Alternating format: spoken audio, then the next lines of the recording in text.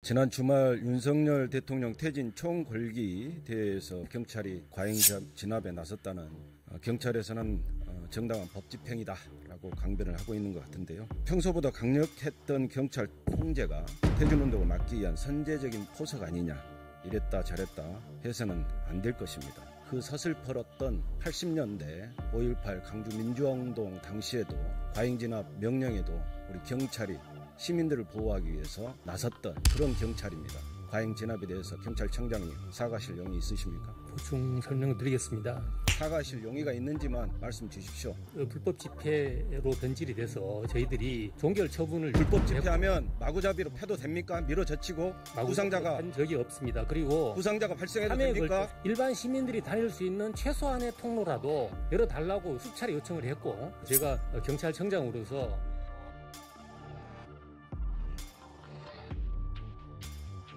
네, 지난 주말 윤석열 대통령 퇴진 총궐기 대회에서 경찰이 과잉 진압에 나섰다는 지적이 있고, 거기에 따라서 다수의 부상자가 발생을 했습니다. 경찰에서는 정당한 법 집행이다라고 강변을 하고 있는 것 같은데요. 보통 경찰에서 허가한 집회 공간이 참가 인원 대비 턱없이 좁았고, 또 실제 참가 인원이 예상보다 많을 경우 우리 보통의 경찰은 추후에 법적인 문제를 따지더라도 우선 참가자, 우리 시민들, 국민들을 보호하기 위해서 더 넓은 집회 공간을 열어주는 등 협의에 나서는 게 보통인데, 그날 경찰은 불법 도로 점거라는 입장만 내세웠던 것 같습니다. 평소보다 강력했던 경찰 통제가 정권 퇴진운동이 퇴진운동을 막기 위한 선제적인 포석 아니냐. 예전 박근혜 정권 탄핵 때처럼 국민들의 분노가 광장으로 모이는 것을 사전 봉쇄하기 위한 그런 거 아니냐, 포석 아니냐, 이런 의견들이 있습니다. 아시다시피 공권력은 특수한 권력이고 자의적으로 행사되어서는 안 됩니다. 정권에 따라서 경찰청이 이랬다 저랬다 해서는 안 될 것입니다. 그 서슬퍼렀던 80년대 5.18 강주민주화운동 당시에도 군부의 과잉 진압 명령에도 우리 경찰이 시민들을 보호하기 위해서 나섰던 그런 경찰입니다. 지난 주말 다수의 부상자가 발생한 과잉 진압에 대해서 경찰청장님 사과하실 용이 있으십니까? 제가 좀 보충 설명을 드리겠습니다. 사과하실 용의가 있으십니까? 경찰이 그 집회 장소를 허가하지 않습니다. 집회 장소로 신고하면 저희들이 신고를 접수할 뿐입니다. 다만 그날 집회의 주최 측인 민노총에서 숭례문을 중심으로 해서 본집회 장소인 덕수궁 대한문 그리고 청장님, 그 숭례문에서 제가 그거는 다 내용을 알고 있으니까요. 그리고 서울역까지 어찌됐든 그 진압에 의해서 그런데 한국은행과 서울역은 비워두고 다수의 국민이 다쳤잖아요. 만 들어간 겁니다. 청장님, 본인들이 신고한 장소로 들어갔으면 아무 문제가 없습니다. 청장님께 제가 현황 파악을 하기 위해서 엿주는 게 아닙니다. 질의를 하는 게 아니고요. 사과하실 용의가 있는지만 말씀 주십시오. 그날 불법 집회로 변질이 돼서 저희들이 종결 처분을 불법 집회하면 마구잡이로 패도 됩니까? 밀어젖히고 부상자가 한 적이 없습니다. 그리고 부상자가 발생해도 됩니까? 걸쳐서 저희들이 해산 명령을 했습니다. 그럼에도 불구하고 계속 그 불법 집회를 이어가서 저희들이 일반 시민들의 불편을 도외시할 수 없는 그런 상황입니다, 의원님. 그래서 저희들이 일반 시민들이 다닐 수 있는 최소한의 통로라도 열어달라고 수차례 요청을 했고, 그것을 이제 결과론적으로 어찌됐든 다수의 부상자가 발생이 됐고, 또 국회의원 한 분도 갈비뼈가 골절되는 부상이 발생이 됐습니다. 그 부분에 대해서는 사과를 하실 용의가 없으십니까? 제가 그저께 행안위에서도 똑같이 말씀드렸는데, 제가 경찰청장으로서 주말에 도심 한가운데에서 통행이 마비되는 사태, 그리고 그에 따라서 여러 사람이 부상을 입는 사태에 대해서는 치안 책임자로서 강한 책임감도 느끼고 또 안타깝고 유감스럽다는 말씀을 드렸습니다. 청장님, 아무리 집회 시위가 순간적으로 불법적으로 여러분들이 생각하기에 불법적으로 변질이 된다 할지라도 우선 보호하는 게 저는 맞다고 생각을 합니다. 앞으로 이런 부분 우리 경찰관 직무집행법이랄지 경찰법에 의한 국민의 안전, 보호를 위해서 최선을 다해 주시기 바랍니다. 그렇게 하시겠습니까? 예, 경찰은 됐습니다. 예. 답변 됐고요. 우리 행안부 장관님. 네. 장관님께서도 이번 사태에 대해서 어느 정도 책임이 있으실 것 같은데 거기에 대해서 한 말씀 좀 해주셔야 될 것 같습니다.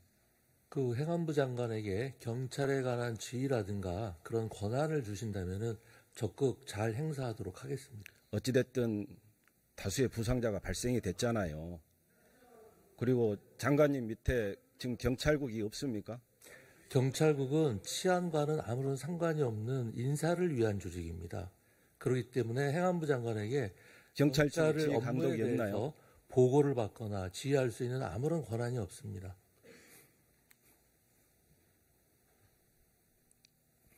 장관님, 제가 이런 말씀까지는 안 드리려고 그랬는데 다수의 사상자가 발생이 되는 그런 사고에 대해서도 법적인 책임만 따지지 정치적인 도의적인 책임은 전혀 말씀을 안 하시는 부분에 대해서 약간 실망한 그런 부분이 있습니다. 교육부 장관, 교육부 부총리님께 여쭙겠습니다. 네. 지난 2월 6일 의대 정원 2,000명 증원 정책을 발표를 했고요. 의료계는 증원 백지화를 요구하며 강하게 반발했고 전공의들은 수련병원에 사직서를 내고 이탈하고 또 의대생들도 휴학계를 냈습니다. 그리고 3월 말부터 의대 교수들도 사직서를 제출하는 등 반발이 커지자 정부는 증원 규모를 2,000명에서 1,509명으로 줄인 바 있습니다. 국립대 총장들이 대학별로 의대 증원분을 최대 50%까지 자율적으로 감축하게 해달라고 해서 교육부가 받아들였고 내년 의대 모집 정원은 4,567명으로 확정이 됐습니다. 맞죠? 맞습니다. 그럼에도 불구하고 2월부터 의대생 수업 거부가 지속되자 교육부와 보건복지부는 9월 10일 관계부처와 함께 의학교육 여건 개선을 위한 투자 방안을 발표했습니다. 의대 교원시설 교육기자재 확충 및 개선, 또 의대 교육과정 혁신을 통해 의학교육질 제고, 이런 내용들 다 굳이 말씀 안 드려도 아실 거니까 네. 해서 내년부터 2030년까지 의학교육여건 개선에 약 5조 이상의 국고 투자를 의사를 밝히셨고 25년에는 교육부 6,062억 원, 복지부 5,579억 원 등 국고에서 1조 1,641억 원을 투자하겠다고 보고를 하셨는데요. 장관님, 이런 부분들이 어떻게 보면 먼저 선행이 되고 의대 증원이 이렇게 확정이 되는 그런 형태가 보통 정상적인 절차가 아닙니까? 예, 사실 의대 정원하고 이런 투자 계획하고 또 지금 이제 그 복지부가 발표한 여러 가지 이제 의료 개혁들이 전체가 하나의 패키지라고 생각을 합니다. 근데 중요한 거는 의대 증원 먼저 발표를 하고 의료계랄지 여러 가지 이제 반발이 심하니까 교육부에서 나중에 이런 부분들 투자 계획을 발표한 거 아닌가. 그래서 저는 선호가 좀 바뀐 것 같은, 최소한 같이 의대 증원 계획이 발표가 될 때 이런 투자 방안도 발표가 되었어야 된다고 보는데 그런 부분에서 좀 미흡했지 않았나 이런 생각이 듭니다. 네, 너무 의대 증원 계획을 완벽하게 준비도 안 한 상태에서 총선용으로 총선 여론용으로 좀 발표한 거 아닌가 그런 지적을 해봅니다. 네, 복지부가 수차례 설명을 드렸습니다만 사실 그 정원에 대한 논의는 과거부터 쭉 이제 해왔고 또 역대 정부가 이루지 못했기 때문에 워낙 이제 시급한 어젠다였다고 생각을 하고요. 처음 발표할 때도 큰 이제 말씀하신 그런 이제 개혁 과제들에 대해서는 방향을 제시한 걸로 알고 있습니다. 내년도 의과대학 모집 정원 증원에 대한 사회적 합의가 이루어지지 않은 상황에서 의학교육 여건 개선 사업 1조 원이 넘는 예산을 편성이 문제라는 것도 지적이 되고 있습니다. 지난 8일 교육위원회 전문위원회가 작성한 25년도 교육부 소관 예산안 예비심사 검토 보고서에도 나와 있는데 사회적 합의가 부재한 정책 추진으로 인해 의료계 전체적으로 반발이 일어나고 있다.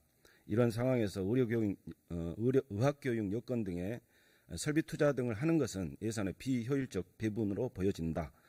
라고 밝히고 있습니다. 우리 또 전문의는 현재 정부 국회 등에서 논의되고 있는 사회적 합의 기구를 통한 의대 정원 논의를 통해 정원 합의를 완결짓고 그에 기반한 예산 편성이 필요할 것으로 보인다고 제안을 했는데 여기에 대해서는 어떻게 생각하십니까? 예, 이제 사회적 합의는 분명히 중요하고요. 사실 이제 이번에 여야 의정 협의체가 이제 시작이 돼서 그 사회적 합의의 이제 절차가 이제 다행히 그래도 이제 늦게나마 시작된 거에 대해서 정말 기쁘게 생각을 합니다. 이제 그거와 함께 의원님께서 지적하신 대로 이제 그 예산에 대해서도 가급적 그래도 이제 특히 이제 정원과 관련해서 당장 지금 이제 입시가 지금 이제 정원된 인원으로 치러지고 있습니다. 그래서 그런 부분은 그러니까요. 네. 그 가능하면 정부에서 준비를 철저히 해서 투자를 해야 된다고 생각합니다. 제가 보기에는 저도 공직 경험이 있습니다만 그런 철저한 사전 준비가 선행이 되고 나서 계획들이 의대 정원을 증원한달지 이런 부분들이 순차적으로 이루어졌으면 올해 어떤 사회적 합의를 다 이루고 나서 내년 예산에 반영을 한달지 아니면 내후년 예산에 반영한달지 이렇게 해도 충분히 의료 계획에 우리가 목표하는 바는 달성할 수 있었을 것 같은데 너무 급하게 서두르진 거 아니냐. 의원님도 잘 이해하시겠습니다만 의료 개혁이 역대 정부에서 정말 결코 쉽지 않은 개혁이었고 그러니까요. 네, 그럴수록 더 철저한 준비가 필요했다고 저는 지적을 하는 겁니다. 네, 준비에도 불구하고 네. 어려운 거는 또 사실입니다. 그래서 관련해서 우리 기재부 차관님께 여쭤보겠습니다. 국가재정법에 따른 예비 타당성 조사를 거치지 않고 예산을 편성했다라는 지적이 있습니다. 지금 의료 관련 여러 가지 투자 방안 관련해서요. 아까 설명 안 들었습니까? 이 부분에 대해서 어떻게 보십니까, 우리 기재부 차관님? 의료개혁 관련 예산은 이제 크게 네 가지로 나눠지는데요. 인력 양성이 있고, 그 다음에 필수 의료, 그리고 지역 의료, 마지막에 이제 의료 안전망하고 R&D인데요. 이거는 하나의 특정 사업으로 묶이는 게 아니고 각 개별 사업으로 이제 나눠지는 거기 때문에 이거를 통으로 묶어서 예타하는 거는 그렇게 적절하지 않다고 생각합니다. 네, 알겠습니다. 관련해서 제가 또 한 가지 지적을 해야 될 게 의대 정원 절석 추진에 따른 의료 대란이 심각한 가운데 여러 가지 사회적인 문제가 발생이 되고 있습니다. 그 중에 하나가 지방 의료의 보루인 국립대병원이 환자 수 급감 등으로 상반기 적자 폭이 4천억 원이 넘는 등 자본 잠식 상태로 고사위기에 처해 있다고 합니다. 아울러 24년 상반기 국립대병원 손실액 현황을 보시면 전국 10개 국립대병원 올해 상반기 손실액이 4,127억 원이고 작년 상반기 손실액이 1,612억 원보다 2,515억 원 증가한 결과를 보이고 있습니다. 이 서울대병원을 비롯해 국립대병원의 애로 및 건의사항을 취합한 결과 국립대병원들은 진료 공복에 따른 의료 수익 감소로 병원 재정상이 악화돼서 정상적인 병원 운영이 어려워지고 있고 비상 경영체제 추진 등 예산 감축을 위한 자구 노력에도 불구하고 대규모 마이너스 자금 운영이 불가피하다는 입장입니다. 또한 의료기관 경영이 어려워지면서 대학 병원급을 비롯해서 많은 의료기관의 대금 결제 난항으로 유통 제약으로 이어지는 자금 회전에도 어려움을 겪고 있는 것으로 나타나고 있고요. 참고로 대학 병원급 의료기관이 기존 고가의약품의 결제 대금을 3개월에서 6개월로 미루는 상황이 속출하면서 제약사 대금 지급도 늦춰지고 있다고 합니다. 관련해서 우리 차관님 현황 파악이랄지 들으신 내용 있으신가요? 네, 이 부분은 저희가 담당하고 있는 교육부, 복지부하고 우리 국립대 병원들 경영에 애로사항이 없도록 최선을 다해서 지원해 나가겠습니다. 네, 좀 잘 살펴주시길 바라고요. 네, 고래 싸움에 새우 등 터지는 꼴이 안 나도록 대비해 주시면 좋겠습니다.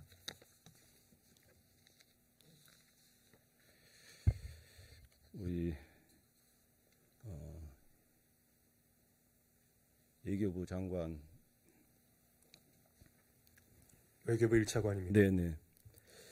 미국 대선에서 트럼프 전 대통령이 당선이 됐습니다. 트럼프 전 대통령이 백악관으로 복귀하게 되면서 산업, 외교, 국방도 많은 분야에서 변화가 예고가 되는데요. 윤석열 정부도 관련해서 여러 가지 대비를 하고 있는 것으로 알고 있습니다. 문재인 정부 시절이던 2019년 문재인 대통령과 트럼프 대통령 그리고 김정은 북한 국무위원장 역사적인 만남이 성사된 바도 있고요. 트럼프 대통령은 지속적으로 김정은 위원장과의 친분을 가시하고 이번 미국 대선 캠페인 기간에도 같은 입장을 견지한 걸로 알고 있습니다. 그뿐만 아니라 트럼프 전 대통령은 지금은 당선자죠. 트럼프 당선자는 24시간 내 러우 전쟁을 끝내겠다며 러시아와 우크라이나 전쟁을 즉각 종식할 자신이 있다고 주장을 하고 심지어는 이스라엘 전쟁도 취임식 전에 끝내겠다고 장담을 하고 있습니다. 관련해서 질문을 드려보겠는데요. 이런 국제적인 상황 변화 속에서 우리 윤석열 대통령께서는 북한이 러우 전쟁에 북한 군인을 파병했다는 소식이 들려오자 우크라이나에 무기 지원을 검토할 수 있다고 얘기를 했는데 저는 이게 재고돼야 된다고 생각을 하고요. 또 다수 국민들께서도 82%가 살상무기 지원을 하지 않아야 된다고 조사된 바도 있습니다. 우리 조태열 외교부 장관도 어제 진행된 기자회견에서 무기 지원 입장을 고수하는 듯한 그런 발언을 하셨는데요. 지금 트럼프 당선자는 러우 전쟁도 끝내겠다, 최대한 빨리. 그리고 취임 전에 이스라엘 전쟁도 끝내겠다고 하는 그런 마당에 과연 지금 이런 상황에서 무기 지원, 우크라이나에 대한 무기 지원이 우리 국익에 어떻게 도움이 되겠습니까? 우크라이나에 대한 무기 지원에 대해서는 지금 현재 결정된 바가 없습니다. 그리고 정부 입장은 러북간 군사협력 추이에 따라서 단계적으로 국제사회와 함께 조치를 취해 나가겠다는 입장을 유지하고 있습니다. 네, 절대 일어나서는 안 된 그런 일이라고 보고요. 그런 부분에 대해서 말씀 주신 대로 잘 상황 판단해 보시길 바랍니다. 마지막으로 다시 우리 이상민 행안부 장관께 여쭤보겠습니다. 여순 사건 관련해서 지난번에 76주기 여수 순천 11구 사건 합동 추념식에 대해 올해 보성에서 열렸는데요. 좋은 평가가 있습니다. 그 이유는 알고 계시죠? 네. 네, 우리 처음으로 국회의장님과 총리께서 추념식에 참석을 해서 우리 유족들의 손을 잡아주신 부분에 대해서 상당히 좋은 평가가 나오고 있는 것 같습니다. 그렇지만 역으로 과연 여순 사건 위원회가 지금까지 온전한 진상 규명을 위해 책임있는 역할과 의무를 다했는지 이 부분에 대한 지역 여론은 좋지 못합니다. 이것도 알고 계시죠? 네. 네. 어떤 이유라고 보십니까? 지금 그 처리율이 좀 부진한 것으로 지금 나타나고 있습니다. 네, 처리율도 부진하고 또 결과 통보까지 상당한 시간이 소요되는 부분에 대한 유족들의 조바심이 좀 강한 것 같습니다. 우리 행안부 장관님께서 이 부분에 대한 좀 적극적인 해결 의지를 좀 보여주셨으면 좋겠고요. 네. 네. 그리고 관련해서 또 지역에서 부정평가가 나오는 게 지금 추진단에서 여순 사건 진상조사에 대한 법정 보고서를 지금 작성하고 있는데 문제는 이제 거기에 참여하는 인사들의 어떤 면면 때문에 지금 상당히 불만도 많으시고 부정적인 평가가 나오는데 이 부분에 대한 해결 방안은 있으십니까? 지금 기존 위원들은 국가 인재 디베이스하고 관련 기관 추천 등을 통해서 선정된 인물들입니다. 그리고 그 분야의 전문성도 있다고 파악이 됐는데요. 지금 의원님께서 말씀하신 그런 우려가 있다는 것은 잘 알고 있습니다. 내년 초반에 위원들의 임기가 종료가 될 텐데 그 위원들 재선임이라든지 신규 영입의 필요성 등에 대해서 심도 있는 검토를 하도록 하겠습니다. 내년 초반 매달 4월입니다. 4월. 네. 재임명되는 일이 없도록 좀 다시 한번 잘 살펴봐 주시고요. 이번에는 제발 뉴라이트 인사, 친일 인사라는 그런 평을 받는 인물들이 선임되지 않도록 네, 잘 살펴보겠습니다.